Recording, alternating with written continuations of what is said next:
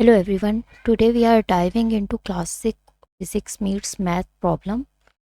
In this question we are looking at a car that accelerates from rest up to 60 meters per hour in 10 seconds. In this question our goal is to find the distance it travels when it hits that speed and to find the range of the values for which our model is valid. A car accelerates from rest to 60 meters per hour in 10 seconds. The quadratic equation d is equal to kt square can be used to model the distance traveled, where d represents the distance covered and t represents the time. So in this part A, we are told that when t is equal to 1 seconds, the distance traveled by the car is 13.2 meters.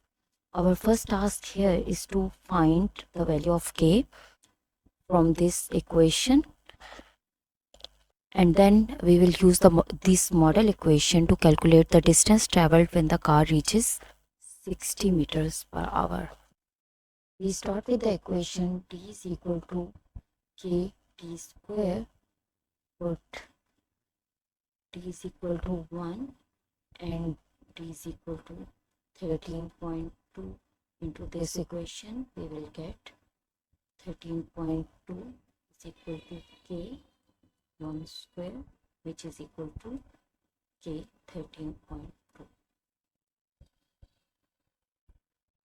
When we will put this value of k into our model, t is equal to kt square, our model will become t is equal to 13.2 t square.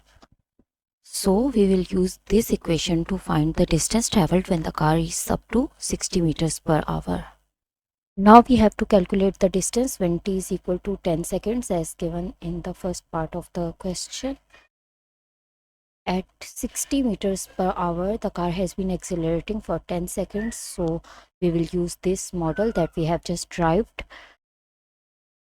T is equal to 13.2 and we will put 10 here to get 13.2 times 100 is equal to 1320 meters. So the car travels 1320 meters by the time it reaches 60 meters per hour. Now for part B, we need to find the range of t values for which this model is valid. The car accelerates from rest to 60 meters per hour in 10 seconds. The quadratic model assumes constant acceleration, which means that it's only valid within this time interval. So the range of t is 0 is less than equal to t is less than equal to 10 seconds.